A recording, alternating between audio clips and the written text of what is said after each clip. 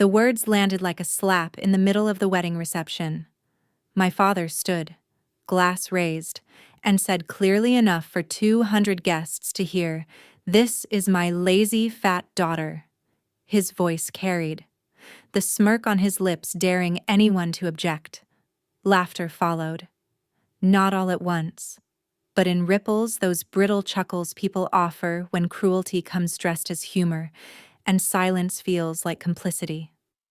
I stood frozen in my navy dress, pearls from my late mother resting against my collarbone, my cheeks burning hot while my heart pounded like a drum.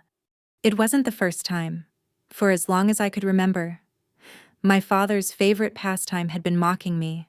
As a child, he called me names in grocery aisles, church parking lots, and family gatherings, whittling down my sense of worth until invisibility became my only shield. My brothers had been the golden children, lean and loud, while I was the one he labeled useless, big, or slow. By the time I was a teenager, I understood that keeping my head down was safer than demanding respect. He ran a plumbing and HVAC shop behind our house, a man good with pipes and fittings, but careless sometimes, vicious with words. If something leaked, he tightened it. If one of us hurt, he mocked it. My mother tried to counterbalance him with casseroles and tenderness, but her love could never undo the cuts of his public ridicule. She defended me in small ways, yet she was quiet when his jabs came hardest. Humiliation loves a parking lot. I learned, where men laugh at insults and women look away, in that silence. I grew up believing my body was an apology I owed the world. By high school, I had begun searching for a way out. I was an average runner, preferring long, steady miles over sprints. And when a guidance counselor slid an army brochure across her desk, something inside me caught fire. Discipline, grit, resilience. Those words felt like a language I could speak. My father scoffed when I mentioned enlisting. "You'll quit the first time someone yells at you," he said. "You can't even handle a hill run?" He laughed. My mother folded her napkin, and I stayed silent as always. But on my lunch break one day, I signed the enlistment papers, at 19. I lifted my duffel onto a bus seat and didn't look back. Boot camp was brutal, but it also felt like mercy. Drill sergeants shouted, but their voices didn't cut the way my father's did. Their orders weren't meant to humiliate, they were meant to harden.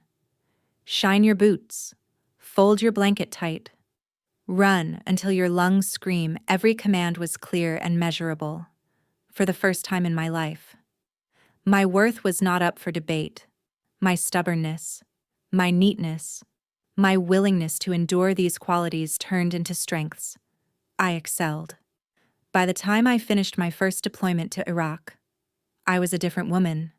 When Afghanistan followed, I wore new stripes and bore new responsibility. My soldiers knew me as steady, fair, relentless.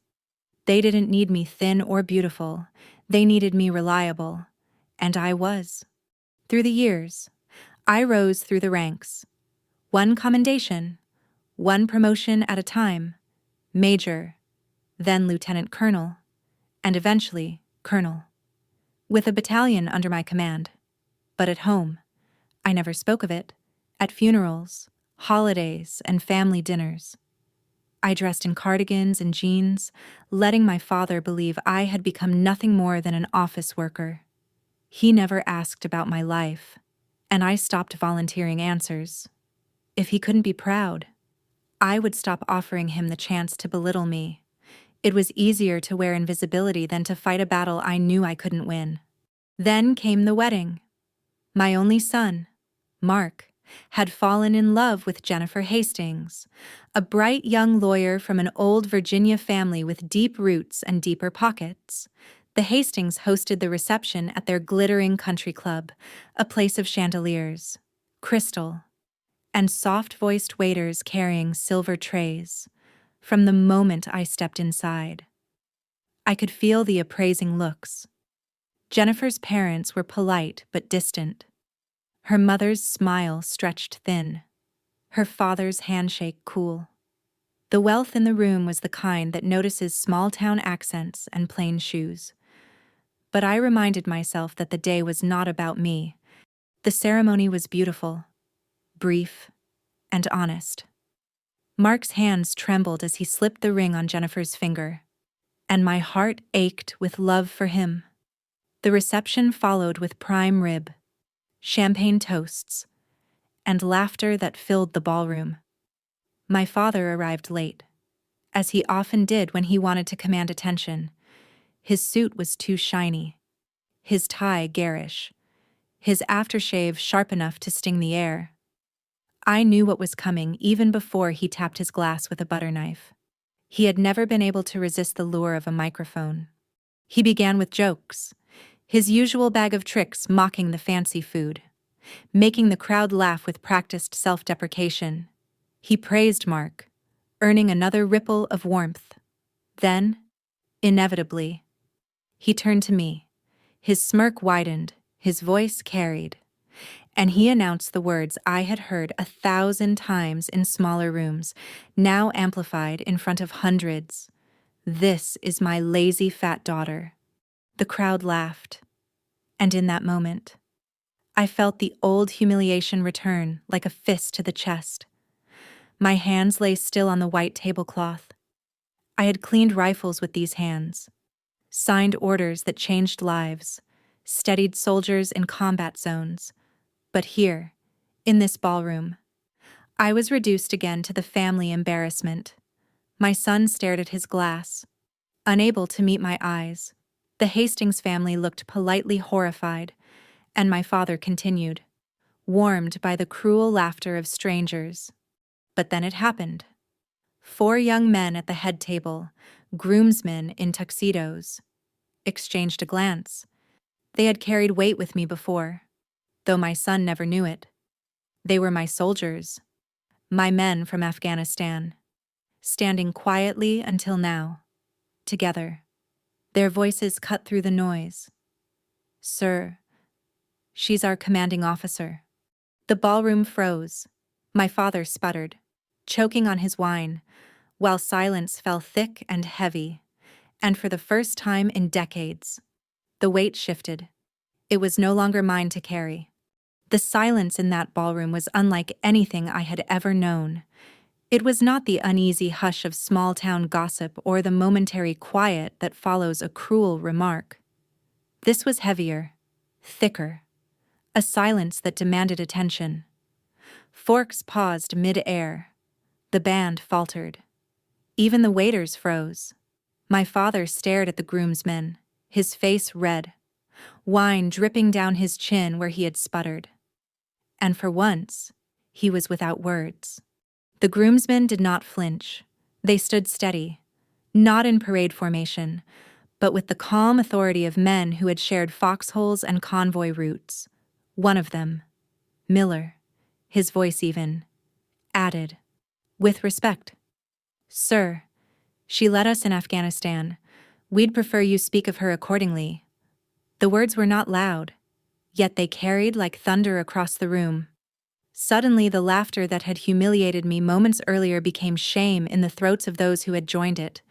My father's mouth opened and closed, but no sound came.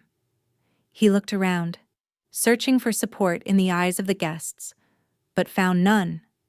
Jennifer's mother clutched her necklace, stunned. Her father shifted uncomfortably, his polished superiority unraveling. Even Jennifer herself turned to look at me with something like awe, as if seeing her new mother-in-law for the first time. My son Mark stared at me, eyes wide, the recognition dawning slowly that his mother was more than the woman who packed lunches and kept the house steady during hard years.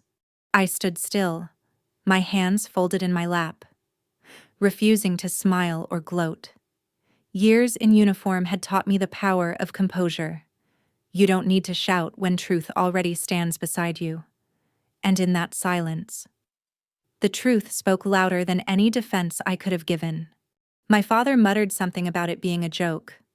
about people not being able to take a little humor anymore. But his voice cracked under the weight of the groomsman's quiet authority. It was the first time I had ever seen him diminished by his own cruelty, exposed before an audience that no longer laughed. The planner, bless her heart, tried to redirect. She clapped briskly and said it was time to welcome the bride and groom. The guests obliged, raising glasses. But their claps were hesitant. Everyone was still processing what they had learned, recalibrating the picture they had carried of me all these years. For decades, I had been invisible to them. And suddenly, invisibility was no longer possible. Later, the microphone came to me. I had not planned to speak, but the planner offered me the chance to give a toast. I could have taken revenge. I could have named every humiliation I had endured under my father's voice and thrown them back at him.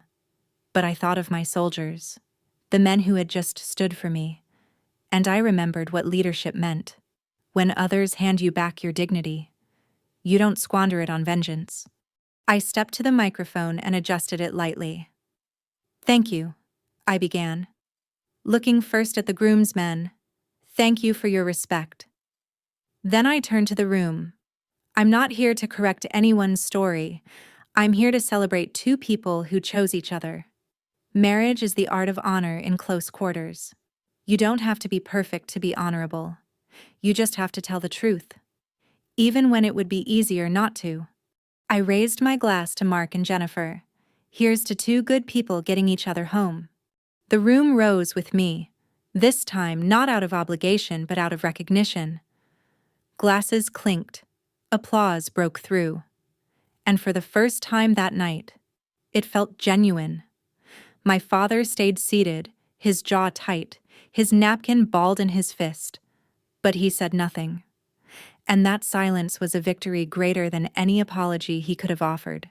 The night carried on, though differently than before. The band played. People danced. But a shift had occurred. Whispers ran through the crowd. "Colonel. Afghanistan. Commanding officer." Guests who had laughed earlier now approached me cautiously, their words careful, their eyes searching. Some thanked me for my service. Some simply shook my hand. A young cousin of the bride asked in awe if it was true, if I had really led men overseas. I nodded, choosing kindness over spectacle, answering simply, yes. And so did many better than me. Later, as the evening thinned and cake was served, my father slipped out early. He didn't look at me. He muttered about traffic, left his stained napkin crumpled on the table, and disappeared. His absence was louder than his insults had ever been. For the first time, I realized I didn't need his approval. The truth had already spoken for me, and the people who mattered most had heard it. The following morning, I stood in my kitchen with coffee in hand, the house filled with the faint scent of flowers from the wedding. My phone buzzed with messages friends from town who had been at the reception sending mixed notes of pride and apology. "Proud of you. Sorry about your dad." Did that really happen? I set the phone down without replying. I didn't need to explain. The truth didn't require footnotes. When Mark called, his voice was tired but soft. "We're heading to the lake for a couple of days," he said. "You okay?" "I am," I told him. And for once, I meant it without reservation. He hesitated, then added, "Mom, last night, thank you for what you said. For not, lighting anyone on fire." I laughed quietly. I wasn't the one who saved the room. A few good men did. He was silent for a moment, then said softly, "They said you saved them first." The days after the wedding unfolded like ripples from a stone dropped in water. In a small town, stories move fast, carried in whispers at diners, on church steps, and in checkout lines at the grocery store. By Monday, everyone knew that Colonel Carter, though most still called me Emily, had been the subject of my father's public cruelty, and that his cruelty had finally met its reckoning. At the diner, The waitress slid an extra slice of bacon onto my plate without comment, her eyes kind in a way that told me she had heard. At the hardware store, an older man who rarely acknowledged anyone paused in the aisle, cleared his throat, and nodded at me. "Ma'am," he said simply, the word carrying more weight than any medal. I nodded back, recognizing it for what it was, respect. Long overdue. But my father didn't call. Not that day, not the next. Not even when neighbors were surely asking him what had happened. Silence had always been his tool. But now it felt different. It wasn't silence as a weapon. It was silence as retreat. And still, I knew we hadn't reached the end of this story. On the third day, I put on my walking shoes and went to his shop. The roll-up door was half open, the smell of oil and metal familiar. Inside, the radio played old country songs low, as if embarrassed by their sentimentality. He sat at his workbench with a ledger open, pencil in hand, brow furrowed like he could force the numbers to obey him. "You're open," I said, stepping just inside. "Always," he replied without looking up. I placed a socket set on the bench. "You loaned me these. I marked the ones that were yours." He grunted our family's closest thing to thank you. "I thought we should talk," I said. His pencil stilled. "We talked enough on Saturday." "No," I said evenly. "You talked. Then other people did. I'd like to speak now." He set his pencil down carefully, as if laying a fuse. "If this is about your big moment." "It's about the little ones," I interrupted. "The parking lots. The dinners. The names you used for me when you thought it was just a joke." He flinched not because he didn't remember, but because he did. "It was a joke," he muttered finally. "Jokes are supposed to be funny to the person who hears them," I said, "not just the person who tells them." His jaw tightened. People laughed. "And then they didn't," I countered. "That's the part I want you to keep." Silence stretched between us. The box fan rattled with every fifth rotation. He shifted in his seat, eyes on the radio as though a song might rescue him. "You never said what you did," he said at last. "You never told me. You never asked," I replied. "You filled in the blanks with the story you preferred." He sniffed. "Military's just a job." "So is fatherhood," I said quietly. That hit its mark. He rubbed his jaw like he'd been struck. "I gave you what I had. You gave me the part of you that mocks what you can't control," I said. "What you withheld was the part that names what is good and leaves it alone." He drummed his fingers on the ledger. "So, what do you want?" "An apology." "I want you to stop," I said. "Not just the big performances, the small cuts too. Stop buying power with my dignity." For a long moment, he stared at me, and in his eyes I saw both the man who had mocked me for decades and the man who, when I was 5, had let me hand him wrenches and named each one carefully: Phillips, Flathead. Crescent-like words could build a world. He looked older than he had at the wedding, stripped of chandeliers and audience. "What if I can't?" he asked. His voice wasn't defiant, it was tired. "Then we'll see each other less," I said. "I won't bring myself where I'm not respected, and I won't bring my son." He nodded once, sharp, like measuring a line. "You got hard." "I got clear," I answered. He stared at the ledger again. Then, softer than I expected, he said, "And if I say I'm sorry, then you're sorry," I said. "And we can begin again." But beginning isn't the same as erasing. He didn't answer right away. He closed the ledger, set the pencil aside, and stood slowly, like a man unused to ground that had shifted beneath him. "There's a ceremony at the Veterans Memorial on Saturday," he said gruffly. "They're dedicating a new plaque. I could stand there with you." For a moment, I wanted to reject the offer. Pride flared. Old wounds whispered. But then I heard my mother's voice inside me, soft and steady. If he reaches, let him touch the air at least. I nodded once. Okay. That Saturday was bright and blue. Ohio, in its summer kindness, the memorial was a granite wall etched with names, standing firm between the library and post office. A small crowd gathered Boy Scouts in sashes, an old teacher with a flag pin, a woman in scrubs holding a toddler. The mayor said words that were adequate but not embarrassing. An elderly Marine saluted, his hand trembling, his jaw firm. My father stood next to me, clean-shaven, his tie quiet for once. He didn't grip my arm, didn't steer me like property. He just stood. And for him. That was a sentence learned slowly. Men came forward afterward to shake my hand, and he let them. He didn't interrupt, didn't translate me into something smaller. He simply watched.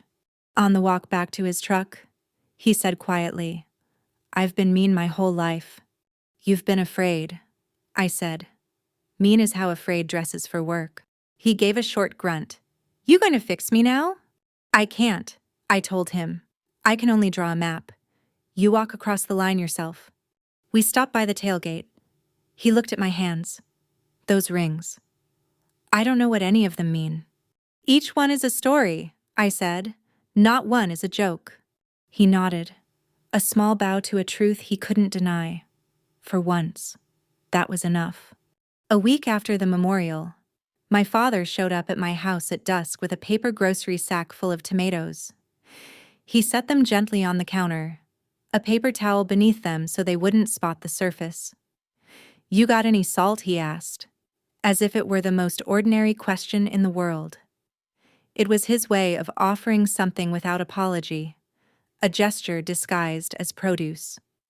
I handed him the shaker, and we ate the tomatoes standing up, the juice dripping onto our hands. He talked about the price of copper and how a new kid at the shop had over-tightened a valve. I told him about the sparrow in my yard bullying a blue jay at the feeder. He grunted at the story, not realizing he was nodding at a metaphor neither of us needed to stretch. He didn't say he was proud. That word might never live comfortably in his mouth. But when he left, he closed the screen door slowly so it wouldn't slam. Consideration is a dialect. I chose to take it as progress. In church that Sunday, we sat in the same pew under the wheat and water-stained glass. After the service, in the parking lot that had once been a stage for my humiliations, a man from my father's bowling league approached. "Heard your girl gave a speech at that fancy shindig," he said. My father lifted his chin. "She didn't give a speech." He replied. "She gave a standard." He didn't look at me when he said it. He didn't need to. For him. Those words were as close as an embrace. Life went on, but something in its current had shifted. At a cookout weeks later in my brother's backyard, with men clustered around the grill retelling the same 3 stories they always did, my father stood beside me, holding a plate of chicken wings. When conversation turned toward the wedding, he gestured toward me and said, "This is my daughter." Everyone looked at him, waiting for the punchline, but this time, there wasn't one. He set down the plate, cleared his throat, and said, "She runs things bigger than this grill. She takes care of people, that's all I'll say." It wasn't poetry, but it was enough. For the first time in my life, my father introduced me without a joke attached. Later that evening, he stopped by my porch with a jar of pickles from a neighbor's garden. "Figured you might like these," he muttered. It was the closest thing he had to an apology, and I accepted it as such. Sometimes reconciliation doesn't come with trumpets. Sometimes it comes in jars of pickles and quiet evenings spent in rocking chairs, letting silence be gentler than it once was. I tell this story not to humiliate my father, but to honor what can grow even in rocky soil. He had been raised in a world where men measured worth by waistlines and wallets, and he passed that measure to me because it was the only one he knew. But that didn't excuse the damage. Words are hammers. They can build or they can shatter. For decades, his words had broken me down, but on one night, in a ballroom full of witnesses, truth finally stood up on my behalf. From that moment, something in our family climate shifted. Respect arrived late, but it arrived. At the diner, people stopped whispering about my body and instead asked about my soldiers. At church, no one called me Big M anymore. They called me by my name, even Jennifer, my new daughter-in-law, wrote me a card with her careful lawyer's handwriting. Thank you for not making me the villain, even when it would have been easy. I'm learning. Inside the card was a candid photo from the wedding. Me raising a glass mid-toast. The chandelier light falling not like a spotlight, but like a window opening. And my father, he never became warm or eloquent. But he began showing up with tomatoes, jars of pickles, and occasionally a quiet word that carried more weight than years of his mockery. He no longer introduced me with a smirk. He didn't call me big girl or fat. Instead, he began calling me Emily. It was the smallest change, and yet it felt like the largest. The truth is, reconciliation is not a single moment. It's a string of small mercies, repeated often enough to change the weather between two people. My father was never going to rewrite the past, but he was trying to soften the present. That was enough for me. Because in the end, I had stopped needing his recognition. I had learned to carry my own. The night of the wedding proved something I had always known deep down: you are not defined by the laughter of the room. You are defined by the truth that eventually stands beside you. So if you take anything from this story, let it be this: respect your children, even when they don't look like the picture you imagined. Especially then, the quiet child you dismiss might be carrying weight you'll never understand, leading others in ways you'll never see. And if you've ever been mocked, know this: you are not the punchline, you are the story. And one day, the truth will stand up for you too. If this story touched you, please take a moment to like, share, and subscribe for more stories like this.